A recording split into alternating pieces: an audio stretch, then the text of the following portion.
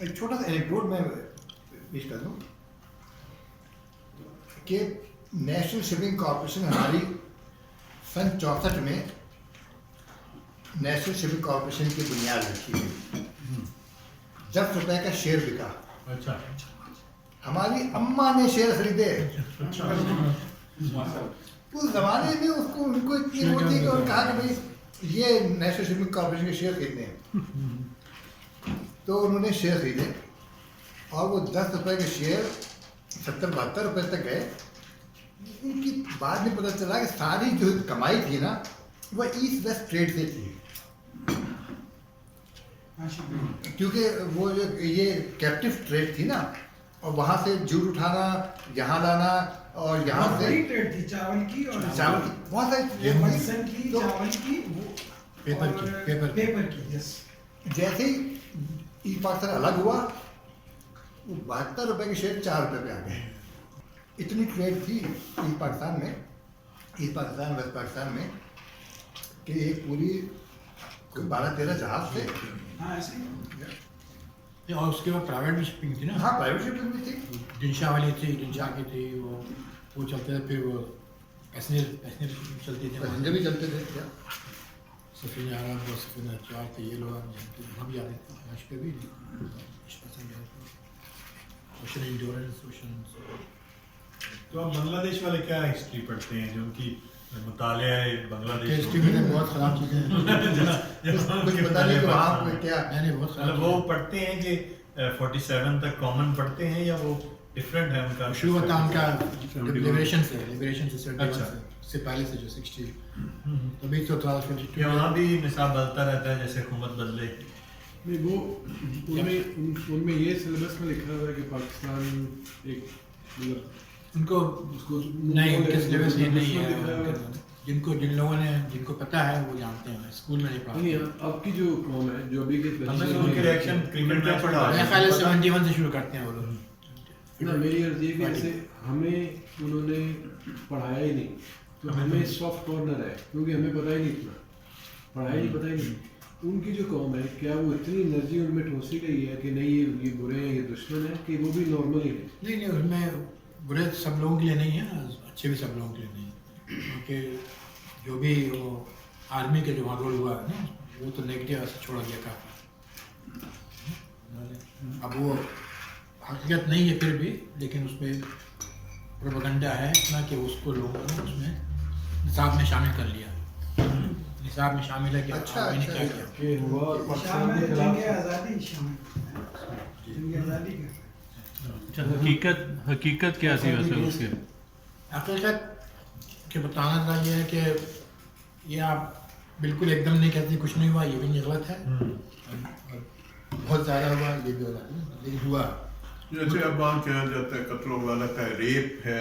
ہاں یہ زمان پاکستان بہت 71 سے پہلے میں کہہ رہا ہوں کہ پہلے بھی جو اچھا اس میں بھی یہی بات ہے نا کہ جب جون جولائی میں پاکستان آرمی نے ایکسپینڈ کرنا شروع کیا اپنا آپریشن، تو وہ ان بستیوں میں گئے جہاں دیکھا کہ جو نان بنگالی تھے ان کو بتاش سے مارا گیا تھا، قتل یہ سب کچھ ہوا تھا.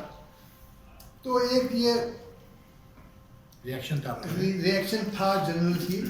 اور لیکن وہ فقرہ ابھی باہر کا میرے خیال میں وہ ایٹریبیوٹڈ ہے تکہ خان سے کہ زمین چاہیے، پیریفائڈ ریس.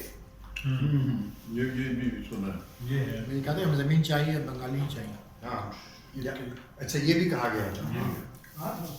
تو وہ بالکل غلط تھنکنگ تھی.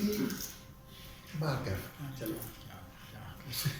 ایسے کیا میں نے سمجھا کہ ایک اتنے سارے دماغ میں آپ کو بہت سمجھتا ہوں. ان کا جو یوم آزادی جو ہے وہ کون سا ہے؟ 23 مارچ. آج ہی 16 ستمبر. آج ہے ان کا جو 23 مارچ میں. 23 مارچ ہے نا. مارچ ہے یہ نہیں ہے. نہیں 16 ستمبر نہیں ہے. 23 مارچ کو کیا ہوتا؟ 23 مارچ کو انہوں نے وہ کیا تھا نا، اناؤنس کیا تھا نا. اچھا اچھا اس پہ ایکشن لیا. اچھا. 25 مارچ کو آپریشن شروع ہو گیا تھا، ملٹری آپریشن. اور 23 مارچ 1971 کو